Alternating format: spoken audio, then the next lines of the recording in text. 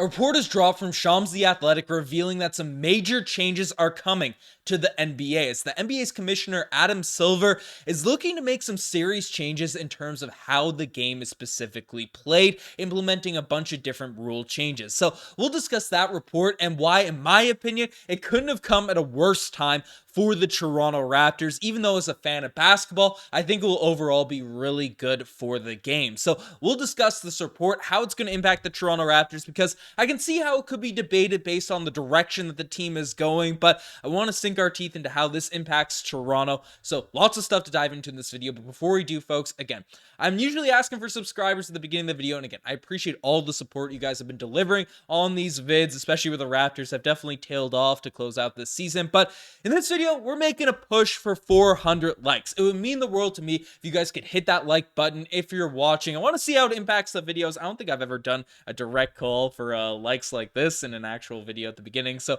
I want to see how it impacts the video, but it would mean the world to me if you guys could hit that like button to facilitate this test I'm rocking out with on this vid. But time to dive into this news, this report, because this is something immediately as an NBA fan I was pretty amped about. I was pretty hyped because basically news has dropped that Adam Silver and Shams is told that the NBA's competition committee met on Tuesday and discussed ways to incorporate more defensive freedom, as well as evaluating how to potentially allow more physicality and they're using the next few months to strategize. So basically, there's been a lot of calls for the NBA to go back to implementing some rules, implementing some sort of decisions amongst reffing and how the game's officiated, about how fouls are called, and allowing a bit more aggression in the game. Because one, offenses have become way too overpowered, whether it's the skill level increasing, whether it's offensive schemes, spacing the floor, analytics revealing that certain shots out there on the court are more valuable than others.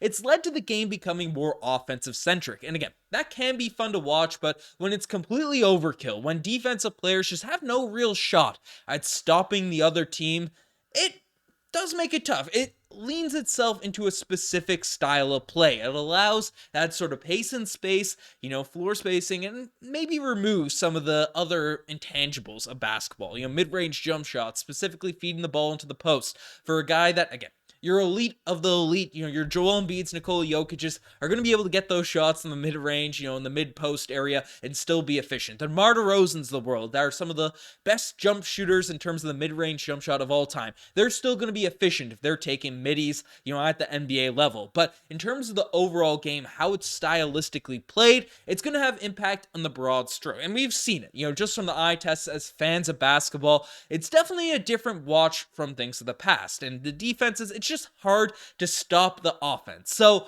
again, these changes and allowing sort of more defensive freedom, evaluating how to potentially allow more physicality. Again, a lot of the rule changes are positive because it allows to more safety of the players, and that's obviously the priority. Don't want players getting cut off midair and then injuring themselves, because regardless if you like the product or not, having star players out is the worst potential scenario if you're rooting for a basketball game. But basically allowing more impact, maybe some hand checking back as someone that's a dirty defender and loves hand checking on the defensive end, right? Allowing these types of things to give defenders more of an advantage, players that excel in the defensive end of the floor, more value, more impact on winning, then that could be huge, just for the watching the game. It could deflate some of the stats because, again, we're seeing so many 30-point per game scores, night after night after night. So it'll add a bit more prestige, see what players can really do it through all the contact. Because I think just given the level of talent in the NBA right now, there are players that will be able to do it no matter what era or what defensive rules are allowed or implemented in, but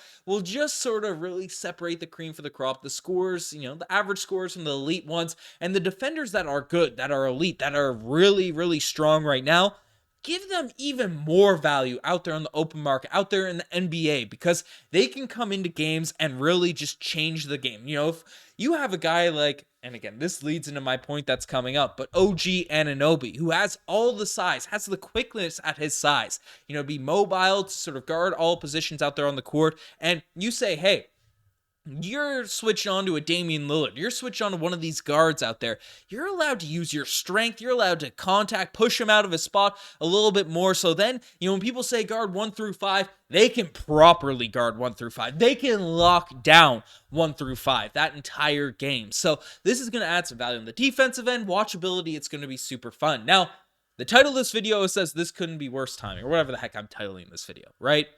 Why is this bad for the Toronto Raptors? And basically, the Toronto Raptors overhauled their entire roster ahead of this year's trade deadline and moved into a direction of youth, which, again, we're all pretty excited about given the, team building around Scotty Barnes. However, around the edges, in terms of the role players, in terms of the guys that maybe aren't necessarily just role players, but the players around are central stars, there's been some changes stylistically in terms of how those things are looking. And we can look at it basically the roster from just last season, right?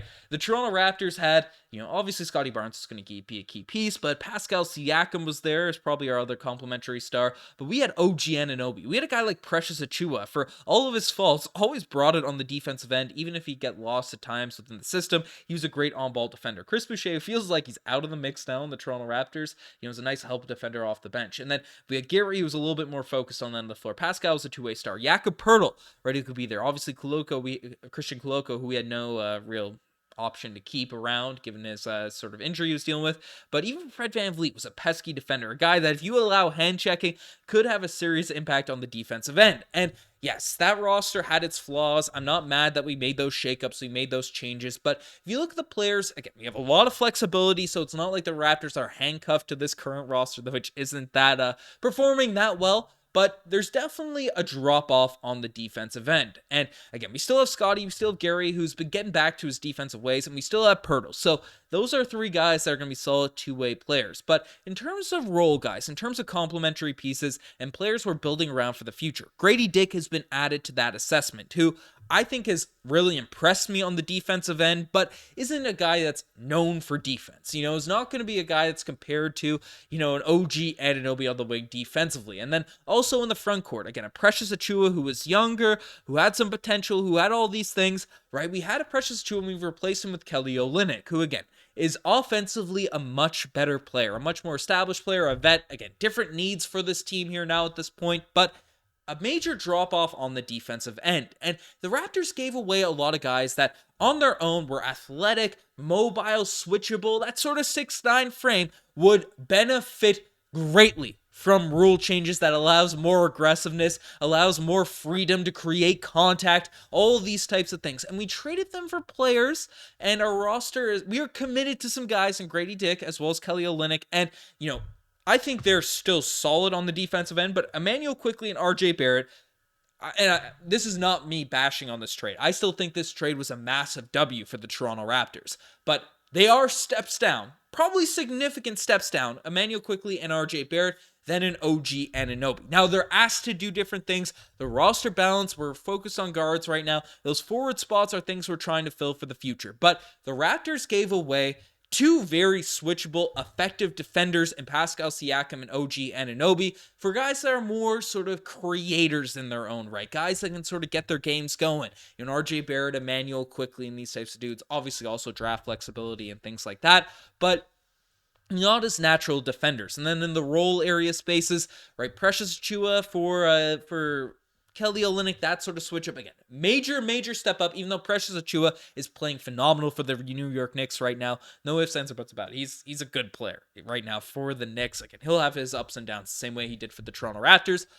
And then again, a Grady Dick who we drafted, who is going to be a project on the defensive end, but has impressed me overall. But the direction, the overall focus of this team is a team that needs to improve defensively, that is sort of offensive-centric, that needs to improve defensively. Whereas in the past, we felt very defensive-centric that needed to improve our shooting and spacing and those types of things. So the fact that the league is moving in the direction of giving more value to those defensive players, it kind of comes at the worst possible time for us to kind of know this as a franchise, because we gave away a lot of these players that maybe would have had more value with the knowledge that these rules were going to be changed. So again, is this me bashing on Masai Ujiri? I don't think he could have known this, but I also think the moves were smart even with these changes coming, but it just does suck in terms of how unfortunate it is timing wise for this team moving into the future. Now, the other hand of this argument, you could say, hey, with more aggressive defenses, you're going to need more shooting than ever. You're going to need offensive players that can really get buckets because the defenses are going to improve. And guys like Grady Dick, Kelly Olynyk are going to be really, really nice role players to complement that, space the floor, all those types of things. So that's one positive, I guess, way to spin this whole situation.